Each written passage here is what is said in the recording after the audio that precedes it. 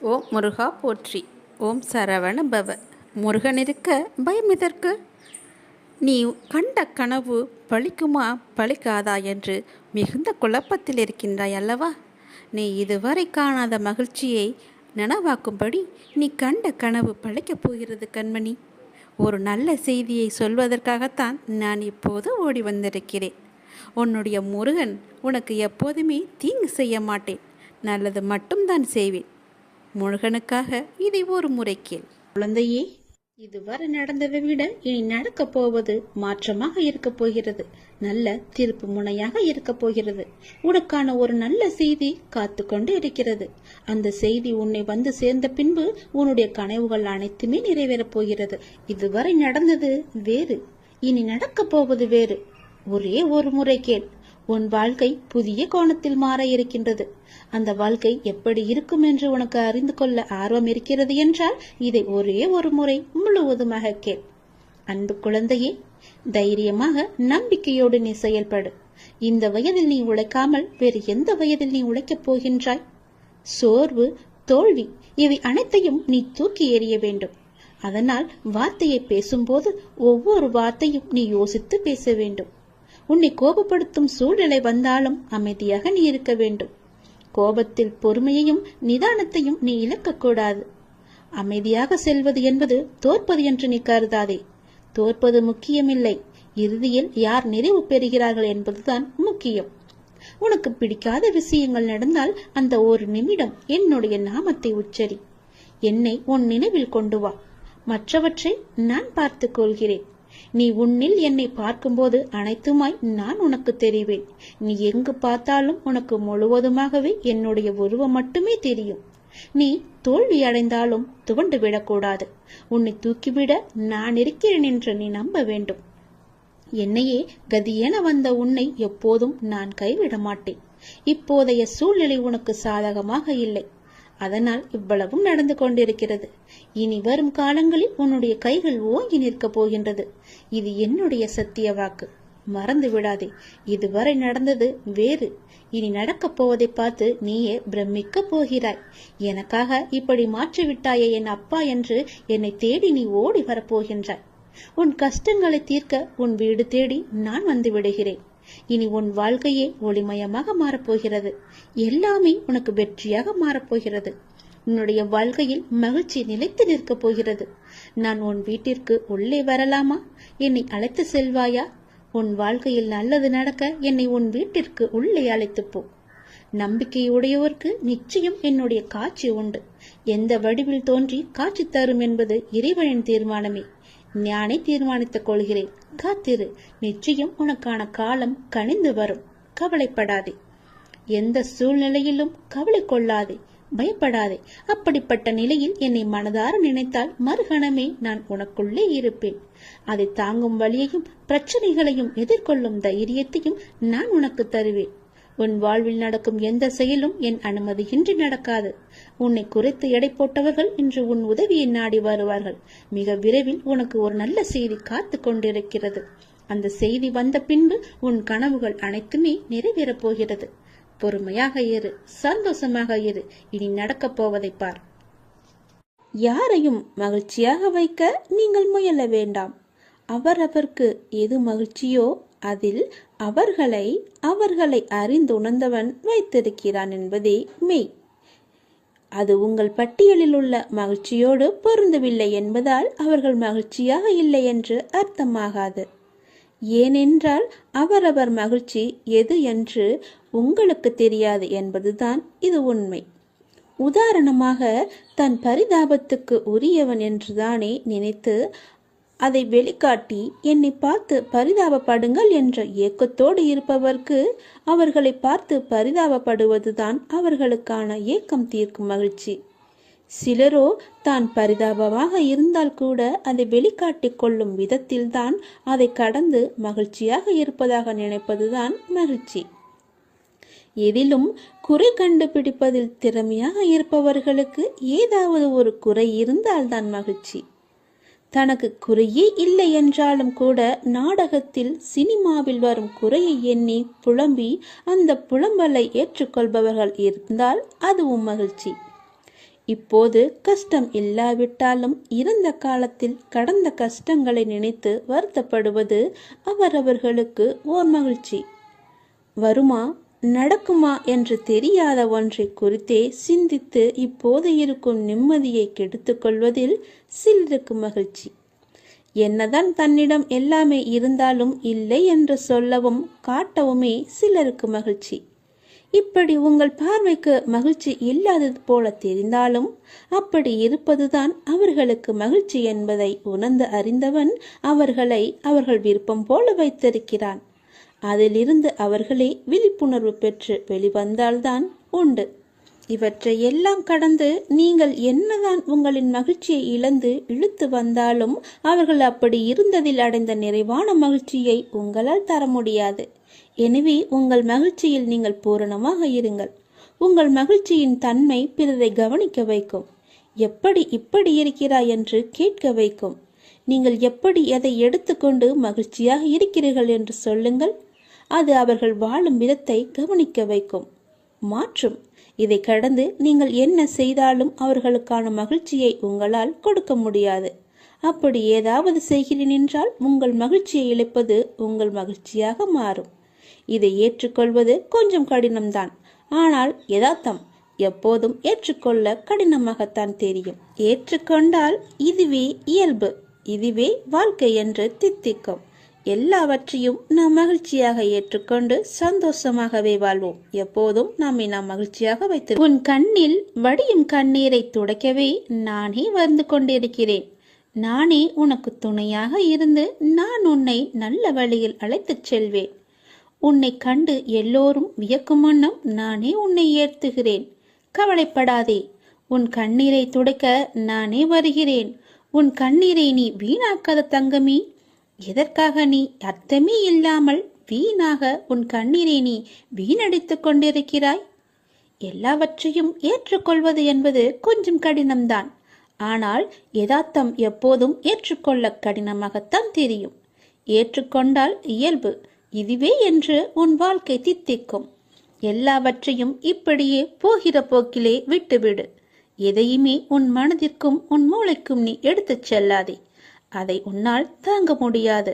அதனால் தான் சொல்கிறேன், யாருக்காகவும் உன்னை நீ மாற்றிக்கொள்ளாதே. ஆனால் உனக்காக தன் கையே மாற்றிக்கொள்பவர் கிடைத்தால் அவர்களை எந்த காலத்திலும் எப்பொழுதும் அவர்களை விட்டு விடாதே. உனக்காகத்தான் சொல்கிறேன். வாழ்க்கை என்பது எல்லோருக்குமே பொதுவானது. ஆனால் எல்லோரையும் ஒரே போல் நடத்துவதில்லை. அதை நீ தெரிந்து கொள். தடைகளை வெல்வது எப்படி என்று நீ தெரிந்து கொள். இன்றைய மனிதர்களில் அதிகம் பேர் ஏதாவது ஒரு கவலையுடன் தான் வாழ்ந்து கொண்டிருக்கிறார்கள். சிறு தடையையும் பெரிதாக எண்ணி கவலைப்படுகிறவர்கள்தான் அநேகமானவர். இதற்கு எல்லாம் காரணம் அவர்கள் மீதே அவர்களுக்கு நம்பிக்கை இல்லாததுதான். நமக்கு நண்பனும் நாமே, பகைவனும் நாமே என்று சொல்வது உண்டு. அதாவது யார் ஒருவர் தன் பலவீனங்களை முறியடித்து வெற்றி பெறுகிறாரோ அவரே தனக்குத்தானே நண்பராகிறார். யார் ஒருவர் தன் பலவீனங்களை வெற்றி பெற முடியாமல் தவிக்கிறாரோ அவர் அவருக்கே எதிரியாகிறார் என்று அர்த்தம். பெரும்பாலான நிகழ்வுகளை ஆராய்ந்து பார்த்தால் ஒவ்வொரு தடையும் ஒவ்வொரு வெற்றியை மறைத்து வைத்து அதனுள்ளே இருக்கிறது என்பது நீங்களே தெரிந்து கொள்ளுங்கள். அதில் 1000 அர்த்தங்கள் இருக்கிறது என்பது உங்களுக்கே புரியும். அது போன்றுதான் தோல்வியும். தோல்வி என்பது நம்மை மாற்றி அமைத்துக் கொள்ள வேண்டிய அறிவிப்பு என்று கூட சொல்லலாம். செல்வத்தை இழப்பது ஒன்றையும் இழப்பதாகாது. உடல் நலத்தை இழப்பது வேண்டுமானால் சிறிதளவு இழந்ததாகும். ஆனால் நம்பிக்கை இழப்பது எல்லாவற்றையுமே இழந்ததற்கு சமம் என்று சொல்வார்கள். தடைகளை வெல்வது எப்படி? அப்படிதான் நீங்கள் கேட்கிறீர்கள். இதை நமக்கு எறும்புகள் கற்றுத் தருகின்றன. நன்றாக ஆராய்ந்து பார்த்தால் உங்களுக்கே அது தெரிய வரும். ஒரு எறும்பு தன் வாயில் நீளமான உணவுப் பொருளை சுமந்து கொண்டு சென்றது.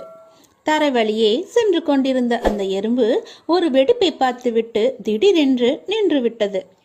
மேலே செல்ல முடியாமல் தவித்தது. சிறிது நேரம் கழித்து தான் சுமந்து வந்த இரையை வெடிப்பின் மேல் வைத்து சுமந்து வந்த இரையை நன்றாக பாருங்கள், சுமந்து வந்த இரையை வெடிப்பின் மேல் வைத்து அதன் மீது ஊர்ந்து சென்று வெடிப்பை கடந்தது. பின்பு அந்த இரையை கவ்விக்கொண்டு சென்றது அந்த எறும்பு. எறும்பின் அறிவு வியப்பை அளிப்பதாக உள்ளது என எழுதியிருந்தார் ஒரு ஆராய்ச்சியாளர். துன்பம் ஏற்பட்டால் அத்துன்பத்தையே பாலமாக வைத்து நாம் முன்னேற வேண்டும் என்பதுதான் இந்த எறும்பிடமிருந்து நாம் கற்றுக்கொள்ள வேண்டியது. ஒரு மிகச்சிறிய உயிரான எறும்பின் தன்னம்பிக்கை நமக்கு இருந்தால் கூட போதும். எந்த தடையையும் வெல்ல முடியும். கவலையும் காணாமல் போய்விடும். எத்தனை தடைகள் குறுக்கிட்டாலும் உள்ளத்தில் நம்பிக்கை மட்டும் இருந்துவிட்டால் உங்களின் வெற்றியை யாராலுமே தடுக்க முடியாது. எவ்வேற்பட்டவர் வந்தாலும் தடுக்க முடியாது. எத்தனை சூழ்ச்சிகள் செய்தாலும் தடுக்க முடியாது. தன்னம்பிக்கையை கொள்ளுங்கள். தடைகளை எல்லாம் கடந்து நீங்கள் வெற்றியை சுவைப்பீர்கள். பொறுமையை விட மேலான தவமும் இல்லை. திருப்தியை விட மேலான இன்பமும் இல்லை. இரக்கத்தை விட உயர்ந்த ஒரு அறமும் இல்லை. மன்னித்தலை விட ஆற்றல் மிக்க ஒரு ஆயுதமும் இல்லை. தோல்விகள் பல சூழ்ந்தாலும் இருளை விளக்கும் கதிரவன் போல அதனை நீக்கி அடுத்தடுத்த வெற்றி படிகளில் காலெடுத்து வையுங்கள். முடியும் வரை அல்ல, உங்கள் இலக்கினை நீங்கள் எப்போது அடையும் வரையோ அதுவரை நீங்கள் முயற்சித்துக் கொண்டே இருங்கள். உங்கள் வாழ்வில் நிச்சயமாகவே விடியல் விடியும். அந்த விடியல் விடியும் வரை முயற்சித்துக் கொண்டே இருங்கள். அது வெகு நாட்கள் இல்லை, கூடிய விரைவிலேயே அது உங்களுக்கு கிடைக்கும். முகமலர்ச்சியோடும் நம்பிக்கையுடனும் எழுந்து புத்தம் புது நாளை துவங்க உங்கள் எல்லா வல்ல இறைவன் உங்களுக்கு அருள் புரிவார். என்னுடைய ஆசி முழுவதுமாகவே நீ கலங்காதே. உனக்கான நேரங்கள் தொலைவில் இல்லை. அது உன்னை தேடி வந்து கொண்டு இருக்கிறது. பிள்ளைகளின் நலன் எல்லாமே விரைவிலேயே சீராகும். நான் கம்பீரமாக உனது மனதிலும் உனது இல்லத்திலும் அமர்ந்து கொண்டிருக்கிறேன்.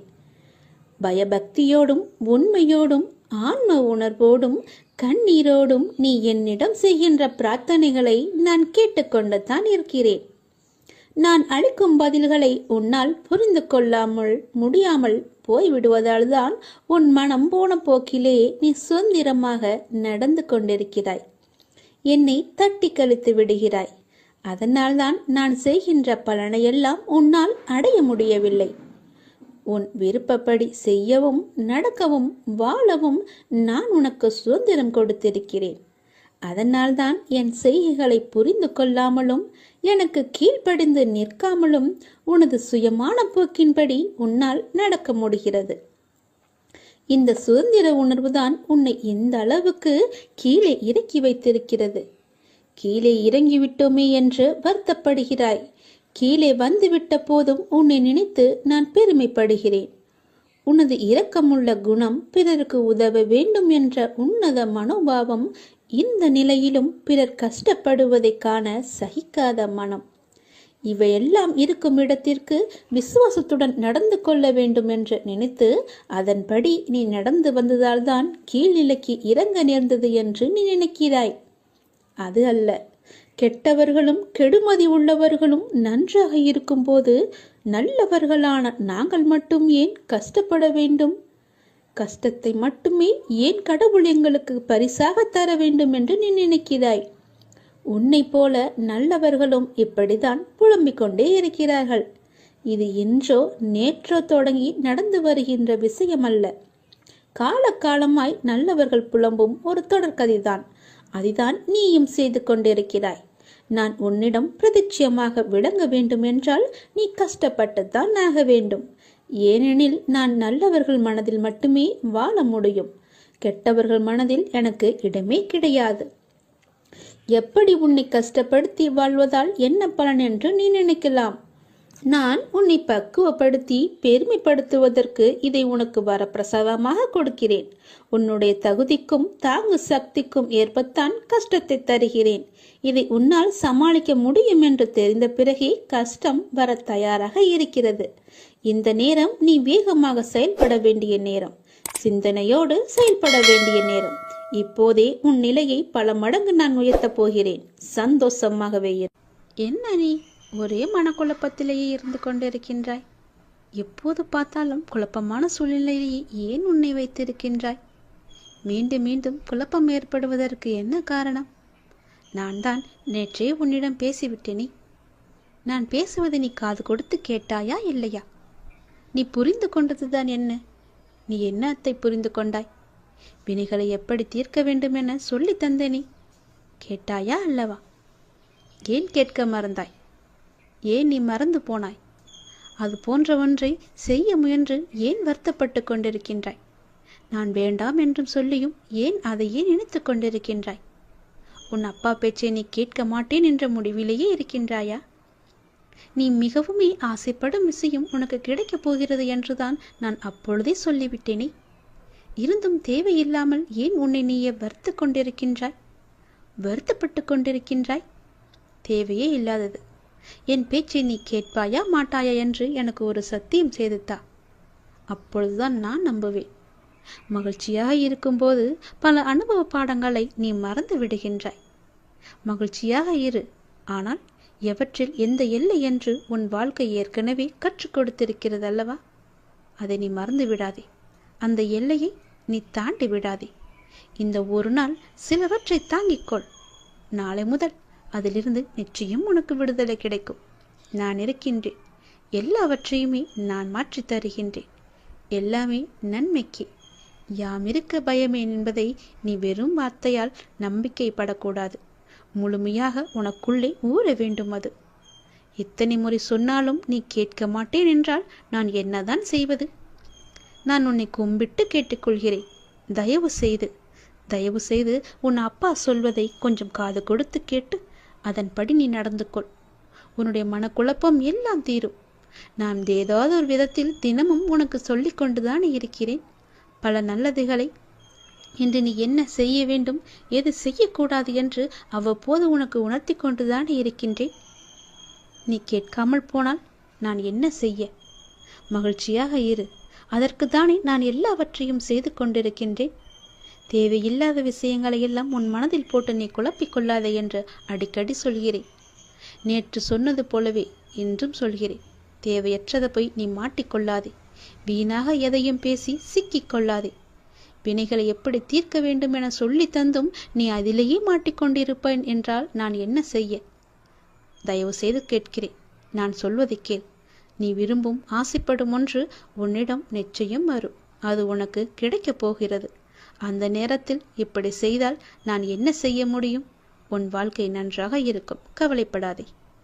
இந்த உலகமானது எப்படி வேண்டுமானாலும் மாறலாம். மனிதனாகனவன் எப்படி வேண்டுமானாலும் மாறலாம். எந்த நொடி வேண்டுமானாலும் மாறலாம். உங்கள் மீது நீங்கள் நம்பிக்கை வையுங்கள். வாழ்க்கை எந்த நொடியிலும் மாறும். மனிதர்களிடம் நீங்கள் கவனமாக இருங்கள். எப்போது மாறுவார்கள் என்று யாருக்கும் தெரியாது. நம்மை நாமே பெரிதாக எண்ணிக்கொண்டு அகந்தை கொள்வது கூடாது. சாதாரணமானவர்களாக நம்மை கருதும் போதுதான் நம்மிடம் கருணையும் பணிவும் நல்ல சிந்தனையும் வெளிப்படத் தொடங்கும். எல்லா ஆற்றல்களும் மனிதனுக்கு இயல்பிலேயே இருக்கின்றன. ஆன்மீகத்தின் உதவியால் தடைகளை போக்கி நாம் நிறைநிலையை அடைய வேண்டும். ஆன்மீகத்தின் உதவியால் தீயவர்கள் கூட மகானாக முடியும். இந்த உலகம் இறைவனுக்கு சொந்தமானது. உலக பொருட்களில் எல்லாம் அவரே இருக்கின்றார். இந்த கோணத்தில் பார்க்க தொடங்கிவிட்டால் நம் மனம் உயர்வு பெறும். இங்கொன்றும் அங்கொன்றுமாக நுனிப்புள் மேய்வது போல ஒருபோதும் மேயக்கூடாது. வெற்றி பெறவும் முடியாது நம்மால். எல்லாவற்றையுமே முழுமையாக ஆராய்ந்து அதிலேயே ஈடுபட வேண்டும். கன நேரம் இன்பமாக ஏதோ ஒன்று கிடைக்கலாம். ஆனால் அத்துடன் எல்லாம் முடிந்துவிடும். நம்முடைய இன்பமானது தொடர்ந்து நிலைத்து இருக்கும்படி செய்ய வேண்டும். ஒவ்வொரு நேர்மையான செயலும் அதற்குரிய வெகுமதி தர காத்து கொண்டிருக்கிறது. உணர்ச்சி வசப்பட்டால் முடிவெடுக்க முடியாமல் தடுமாற நேரிடும். உணர்ச்சி வசப்பட்டால் எல்லாமே ஒரு நொடியிலே மாறிவிடும். அதனால் எது செய்தாலும் பொறுமையாக நிதானமாக யோசித்து செய்யுங்கள். கடந்ததை பற்றி வருந்தவோ வருவது பற்றி கற்பனை செய்யவோ வேண்டாம். முயற்சிக்குரிய பலன் ஒருவனுக்கு நிச்சயம் கிடைத்தே தீரும். எதை கண்டுமே நீங்கள் எரிச்சல் படாதீர்கள். எல்லாவற்றையுமே நீங்கள் ஒரு அனுபவ பாடமாக எடுத்துக்கொள்ளுங்கள். நமக்கு எது நடந்தாலும் இது ஒரு அனுபவம் என்று எண்ணிக்கொள்ளுங்கள். மனசாட்சிக்கு கட்டுப்பட்டு நடந்தால் உங்களுடைய வாழ்வு நலம் பெறும். மனம் என்பது கடவுளின் கையில் ஒரு கருவியாக இருக்க வேண்டும். கடவுள் விரும்பும் வழிபாடு உழைப்பு ஒன்றுதான். அவருடைய விருப்பத்தை நாம் பூர்த்தி செய்ய வேண்டும். கடவுள் நம்பிக்கை ஒன்றே மனிதனுக்கு உண்மையான உதவி. கடவுளின் விருப்பப்படி நடக்கட்டும் என எல்லாவற்றையுமே விட்டுவிடுங்கள். உங்கள் தலைகளில் நீங்கள் பாரத்தை ஏற்றுக்கொள்ளாதீர்கள். உங்களுக்கு இன்று நடப்பது எல்லாமே அவருடைய விருப்பப்படிதான் நடக்கின்றது. அவர் விரும்பாமல் எதுவும் உங்களுக்கு நடக்காது. அதனால் அவர் விருப்பப்படி வருவதை அவருடைய போக்கிலேயே விட்டுவிடுங்கள். கடவுளிடம் எல்லாம் நன்றாக இருக்க வேண்டும் என்று பிரார்த்தனை செய்யுங்கள். எல்லாம் உங்கள் இஷ்டப்படியே நடக்கட்டும் என்று அவரிடம் விட்டுவிடுங்கள். நீங்கள் எது செய்தாலும் எனக்கு நன்மையாக மட்டும்தான் இருக்கும் என்று அவர் மீது நீங்கள் நம்பிக்கை கொள்ளுங்கள். மற்ற எல்லாவற்றையும் அவரே பார்த்து கொள்வார். நீங்கள் பயமின்றி நிம்மதியாக கவலைப்படாமல் சந்தோஷமாகவே இருக்கலாம். உனக்கு உள்ள பிரச்சனைகளை பற்றி எனக்கு தெரியாது என்று நினைத்து கொண்டிருக்கிறாய். உன்னுடைய பிரச்சனை என்ன, எப்படி வந்தது, எதனால் வந்தது என எல்லாமே எனக்கு தெரியும். உன் பிரச்சனைகளை நினைத்து நினைத்து உன் வாழ்நாளில் இருக்கும் நிம்மதியை இழந்து நீ தவித்து கொண்டிருக்கிறாய். உன் மனதை ரணப்படுத்தி கொண்டு எரிச்சல் பட்டு வாழ்க்கையையே ரணமாக்கி வைத்திருக்கிறாய். அதை எப்படி சரி செய்வது என்று தெரியாமல் இருண்ட காட்டில் நுழைந்தது போல திக்கிட்டு இருக்கிறாய். இதனால் வாழும் வாழ்க்கையே உனக்கு நரகமாக தோன்றுகிறது. ஒரு விஷயம் உனக்கு பிடிக்கவில்லை என்றால் அதை நீ விட்டுவிடு. விரும்பாமல் ஏற்றுக்கொள்வது சரியல்ல. உனக்கு நீயே செய்யும் தீமை. உனக்கு நீயே வேஷம் போடுகிறாய் என்ற அர்த்தம். உனக்கு அது நிம்மதி தராது. மற்றவர்களுக்கும் நிம்மதி இல்லாத சூழலை உருவாக்கும். அதை விட்டு நகன்று விடுவதுதான் சிறந்தது உனக்கு. அமைதியாய் போவதில் தவறு இல்லை. ஆனால் அந்த அமைதியை ஏற்க முடியாமல் சில பேர் இருப்பார்கள். காரணம், உன்னிடம் பேசி பழகிவிட்டார்கள். அவர்களுக்கு அது ஏற்றுக்கொள்ளக்கூடியதாக இருக்காது. அவர்கள் செய்யும் சில விஷயங்கள் வருத்தத்தை ஏற்படுத்தியது என்றால் மனம் வருந்தாமல் அமைதியாக நீ விலகிவிடு. அவர்களுக்கு நீ விட்டு சென்றதாக தோன்றும். உண்மையான காரணத்தை அவர்களுக்கு நீ உணர்த்த வேண்டும் என்று அழையாதே. உன்னை புரிந்தவர்களாக இருந்தால் அது அவர்களுக்கு தெரியும். அவர்கள் செய்த தவறு என்ன, எதற்காக நீ அமைதியாக இருக்கிறாய் என்று. இதையெல்லாம் ஒரு விஷயமாக எடுத்துக்கொண்டு நீ கலங்காதே. அதை மற்றவர்களிடம் கோபமாய் வெளிப்படுத்துகிறாய். அப்படி அவர்கள் என்ன செய்தார்கள்? கோபத்தையும் எரிச்சலையும் விடு. உன்னை காயப்படுத்தினது நியாயமில்லைதான். அதற்காக அந்த கோபத்தை மற்றவர்களிடம் காண்பிப்பது மிகவும் தவறு. நிம்மதியுடனும் சந்தோஷத்துடனும் வாழ அதற்கான எல்லா முயற்சியிலும் உன்னை நான் ஈடுபடுத்தி செய்ய வைப்பேன். நானே துணை நின்று உன்னை காப்பேன். நீங்கள் வாழ பிறந்திருக்கிறீர்கள். வாழ்வை அனுபவித்து வாழ வேண்டும். அதற்கு தடையாக உள்ள கஷ்டங்களையும் பிரச்சனைகளையும் வேறு விதமான சூழல்களையும் நீக்கி எல்லாவற்றிலும் சம்பூர்ணமாக வாழ வேண்டும் என்பதே இந்த அப்பாவின் விருப்பம். அப்பாவின் விருப்பம் உங்கள் வாழ்க்கையில் நடைமுறைக்கு வர வேண்டும் என்றால் அப்பா உங்கள் மனதில் இருக்க வேண்டும். அப்பா என் மனதில் இருப்பதை எப்படி அறிந்து கொள்வது என நீ கேட்கலாம். எந்த மனதில் அமைதியும் சாந்தமும் நிலவுகிறதோ, எந்த மனம் எப்போதும் அன்பினால் நெகிழ்கிறதோ, எந்த மனம் எப்பொழுதும் பொறுமை காக்கின்றதோ, எந்த மனம் அனைத்தையும் சகித்து கொண்டு போகிறதோ அந்த மனதில்தான் அப்பா முழுமையாக இருக்கிறார். சில நேரங்களில் கஷ்டம் கலங்கச் செய்யும், வேதனை திகைக்க வைக்கும், பிரச்சனைகள் மூழ்கடிப்பது போல தெரியும். ஆனால் திகைக்கக்கூடாது. எதையும் முன்ஜென்மத்து வினை என எடுத்துக்கொண்டு இனி வரும் நாட்களில் நாம் நன்றாக இருப்பதற்காக இந்த நிலையை அப்பா தருகிறார் என ஏற்றுக்கொள்ள வேண்டும். மனநிலை மற்றும் மாறுதல்களுக்கு மௌன சாட்சியாக இருப்பவன் இறைவன். அப்பா எனக்கு எதையும் செய்யவில்லை என கதறி அழுத நாட்கள் உண்டு. அழுத நாட்கள் எல்லாமே முடிந்து போகும். ஆனந்தமான காலம் உங்களுக்காக காத்திருக்கிறது.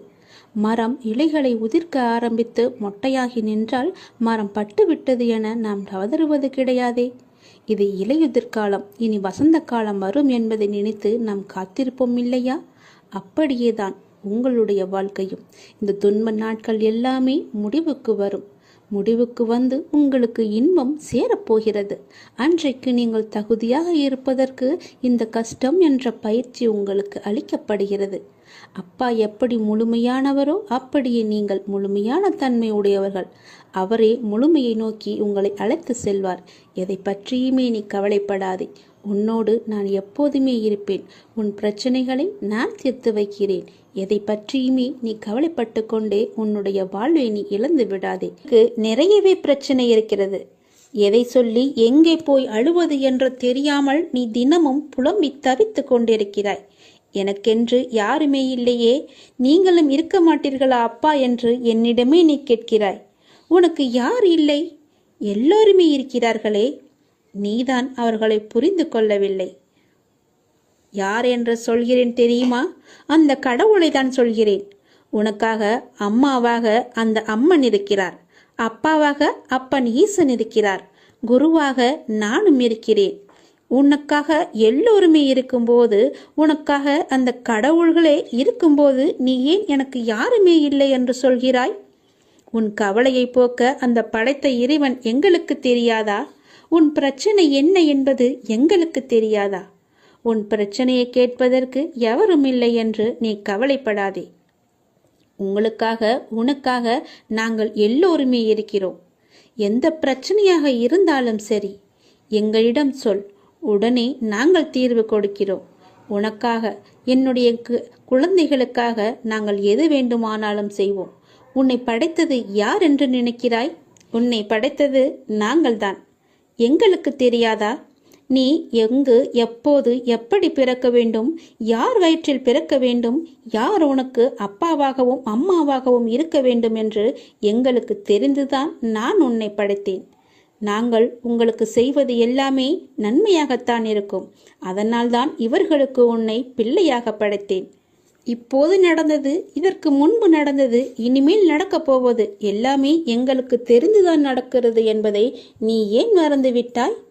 உன்னுடைய கவலைகளை பற்றி எங்களுக்கு தெரியாதா? உன்னுடைய பிரச்சனைகள் எல்லாமே தீரும் நேரத்தை நீ நெருங்கிவிட்டாய். நீ இதுவரை அனுபவித்தது பூர்வ ஜென்ம, முந்தைய ஜென்ம கர்மாவின் பலன்தான். மிச்சம் இருந்தது, அது இப்போது முழுவதுமாகவே தீர்ந்துவிட்டது. இன்னும் நான் உனக்கு நிறையவே கொடுக்கப் போகிறோம். அதை பெறுவதற்கு நீ தயாராக இரு. என்ன கஷ்டத்தை கொடுக்கப் போகிறீர்களா என்றுதானே நீ கேட்கிறாய்? அவ்வளவு சோதனைகளை நீ தாங்கி இருக்கிறாய், அவ்வளவு பிரச்சனைகளை நீ பார்த்து இருக்கிறாய். கவலைப்படாதே. இனி வருவது உனக்கு பிரச்சனை அல்ல, உனக்கு கவலையும் அல்ல, உனக்கு சந்தோஷம்தான். உன்னுடைய பிரச்சனைகள் எல்லாமே முடிந்து விட்டது. அதற்கு தீர்வும் நீ கண்டுவிட்டாய். இனி நடக்கப் போவது எல்லாமே உனக்கு ஜெயமாகவே இருக்கும், சந்தோஷமாகவே இருக்கும். நீ கேட்டது அனைத்துமே உங்களுக்கு கிடைக்கும். நீ எதிர்பார்த்தபடியே உன்னுடைய வாழ்க்கை நிச்சயமாகவே அமையும். என் வார்த்தையை நம்பு. உன்னை நான் படைத்தேன்.